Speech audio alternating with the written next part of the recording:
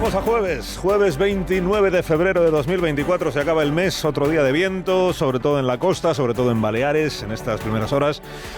Tenemos aviso naranja en las Islas Baleares, tenemos aviso amarillo por la tarde en el Cantábrico y en la costa valenciana. Lluvia hoy apenas se espera y de llegar va a ser en Galicia. Temperaturas, pues las máximas remontan, las mínimas siguen, sobre todo en el interior de la península, bien bajas, Las máximas, digo, en las mínimas estrenamos el día con 2 grados en Vélez Rubio, tenemos 3 grados ahora mismo en Madrid, 3 y 12 en Coruña. Con Brasero afinamos la previsión del tiempo dentro de un instante.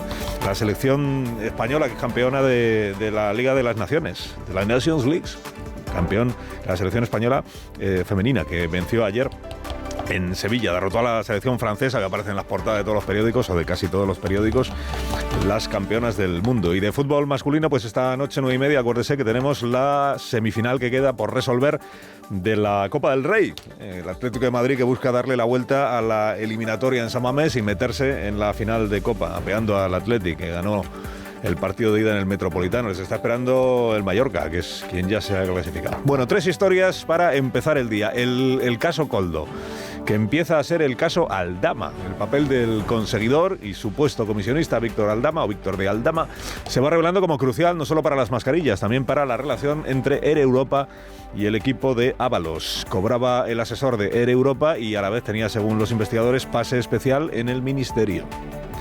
Que dice Sánchez que hay que ver Feijóo apretándole por Koldo. Torquemada lo llamó ayer. Ábalos sostuvo en este programa que algo pasó la semana pasada para que Sánchez pasara de negar que él tuviera que admitir responsabilidad alguna a darle un ultimátum para que se largara de la vida política. El presidente y sus cambios de opinión, José Luis.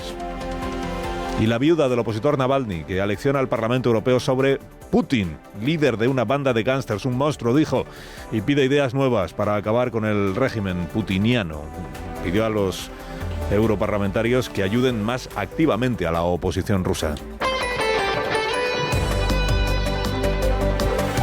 Bueno, pues lo primero es el caso Koldo, caso Aldama, caso Cueto, caso Mascarillas, caso Ábalos, cada vez con más protagonistas, protagonistas, como poco actores, algunos secundarios, otros en el reparto de la trama, con novedades esta mañana pues en unos cuantos medios de comunicación, unos cuantos periódicos. Por ejemplo, que tiene otro hermano, Koldo, además de Joseba está Andoni, que también es objeto de investigación por parte de la UCO. Este parece que con menor participación, esto lo cuenta el Confidencial. En el diario El Mundo y en el periódico de Cataluña, lo que dicen es que hasta las Navidades consta, o les consta a los investigadores, que Ábalos estaba en contacto con Koldo García y con el hermano de Koldo García, Joseba, porque consta que Koldo le hizo llegar a Ábalos a través de Joseba unos documentos que a su vez le habían entregado a Koldo altos cargos del Ministerio de Transportes, altos cargos en el ejercicio que siguen del cargo del Ministerio de Transportes, que no sabemos aún quiénes son, pero parece que el secretario de Puertos de la empresa Puertos del Estado estaría en el foco también de la investigación. ¿Qué documentos eran esos? Pues lo que altos cargos del Ministerio de Transportes le hacen llegar a Koldo para que esté alerta, es un requerimiento que hay del Consejo de Transparencia al Ministerio de Transportes sobre las adjudicaciones, los contratos de mascarillas que se aprobaron en el año 2020. Es un ojo que están detrás de este asunto. ¿Quién es? Consejo de Transparencia, Tribunal de Cuentas, etcétera, ¿no? Una especie de advertencia. Entonces, altos cargos del Ministerio se lo dan a Koldo se lo hace llegar a través de su hermano a José Luis Ábalos. ¿Para qué? Pues para que esté enterado de lo que está pasando. ¿Y para qué más? Pues para que intente mediar ante el gobierno de Baleares para evitar que le sigan reclamando la devolución de la pasta del dinero que se llevaron por las mascarillas aquellas que luego no servían y que están ahí almacenadas. Acuérdense que el gobierno de Francina Armengol, justo antes de cesar en el cargo, es cuando reclama el dinero a los responsables de esta empresa contratada, ¿no? Y claro, ellos lo que intentan es evitar que el dinero les sea reclamado, ¿no? Y ahí parece que también recurren a Ábalos. Hay una reunión del mes de enero de Ábalos con Koldo en la marisquería La Chalana de Madrid. Hay una reunión de la que tiene noticia la UCO y en la que se supone que se habló también de este asunto. Bueno, ¿qué más? Además de lo de el hermano, además de lo de los altos cargos del ministerio, además de la reunión, pues además cosas que seguirán saliendo seguramente esta mañana.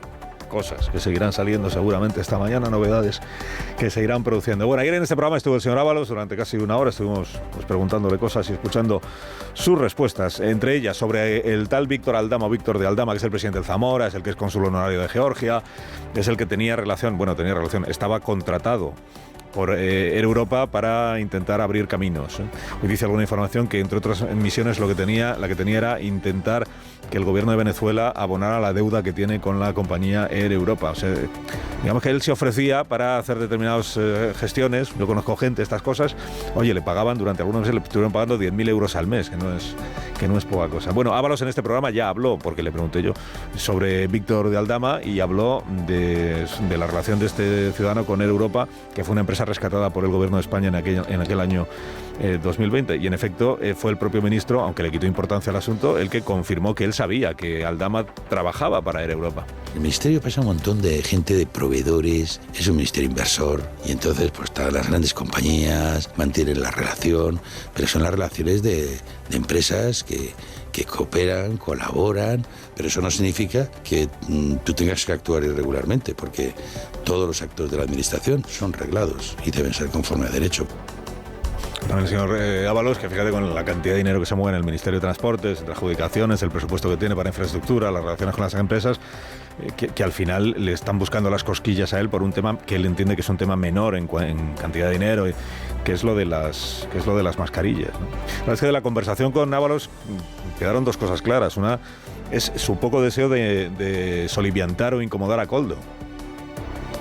Porque todo el afán una parte del afán de José Luis Ábalos, si yo no lo interprete mal, es decir, esta es una investigación que está en marcha, vamos a ver en qué queda. Que todo es supuesto, que todo es presunto, que él está muy sorprendido, pero que vamos a ver. Y que al final, en todo caso, estaríamos hablando pues de unos delitos, digamos, menores, en comparación con otras cosas mucho más graves, ¿no? Bueno, eso lo primero. Y lo segundo, que este asunto de Air Europa, en efecto, ya forma parte del contexto en el que se está desarrollando la investigación en cuestión. Y ahí ya se habla, y ahí ya no estamos hablando de mascarillas y de contratos, sino de tratos de favor o posible tráfico de influencias y todo lo demás. Pero bueno, que es verdad que en este momento no está en el sumario, no está investigado. Veremos si en algún momento termina estándolo. Bueno, de la cosa política, pues que hubo ayer un debate en el Congreso de los Diputados, la sesión de control. Destacan mucho algunos periódicos que a la vez que se estaba celebrando la sesión de control, Ábalos estaba en este estudio de radio dando una entrevista, porque algunos lo interpretan como un mensaje a la dirección de su partido de cuidado, que si quiero puedo hacer ruido. Bueno, en esa sesión de control pues lo que pasó fue lo que se esperaba, ¿no? La oposición pues tiene un caramelo con este asunto. Para la oposición siempre es un caramelo, un caso de corrupción que salpica mucho o poco al gobierno al que le hace oposición. Y naturalmente que están ahí apretando con este asunto. Y para el gobierno pues es un asunto incómodo, naturalmente, que lo es sobre todo para Pedro Sánchez, secretario general del Partido Socialista, que en buena medida debe el éxito del sanchismo o su llegada a la dirección del Partido Socialista, su regreso a la dirección del Partido Socialista, a personas como Ábalos, que estuvieron ahí desde primera hora, arropándole, ayudándole y prestándole sus servicios. Y hombre, como poco eso, pues para el presidente es una complicación. Y el hecho de cómo se ha gestionado la cuestión esta de las detenciones y de lo del ultimátum para pedirle a Ábalos que entregara el escaño, que es lo que el propio Ábalos dijo ayer en este programa, que es lo que le hizo perder ya y decidir que se iba al grupo mixto, ¿no? Y dice el diario ABC que hay malestar en el PSOE porque ven que Santos Tardán y Pedro Sánchez no han estado finos en la gestión de esta cuestión. Bueno, pues el presidente ayer, que no mencionó a Ábalos, que no mencionó el caso Koldo, que por supuesto se refirió a los casos del PP, de nuevo en el y tú más. El juez está investigando a su gobierno y está investigando a su partido. Mire, para ser creíble en su papel de Torquemada, debería tener tanto usted como su partido político otro currículum. Causa sonrojo el que piense que puede sacar tajada política de la corrupción. Este es un gobierno implacable contra la corrupción e incompatible con la corrupción, señoría. Claro, define usted qué es sacar tajada de la corrupción. Se entiende que si sacas tajada, si aprovechas políticamente un caso de corrupción, lo censurable es el caso de corrupción. No que políticamente tú intentes sacarle algo.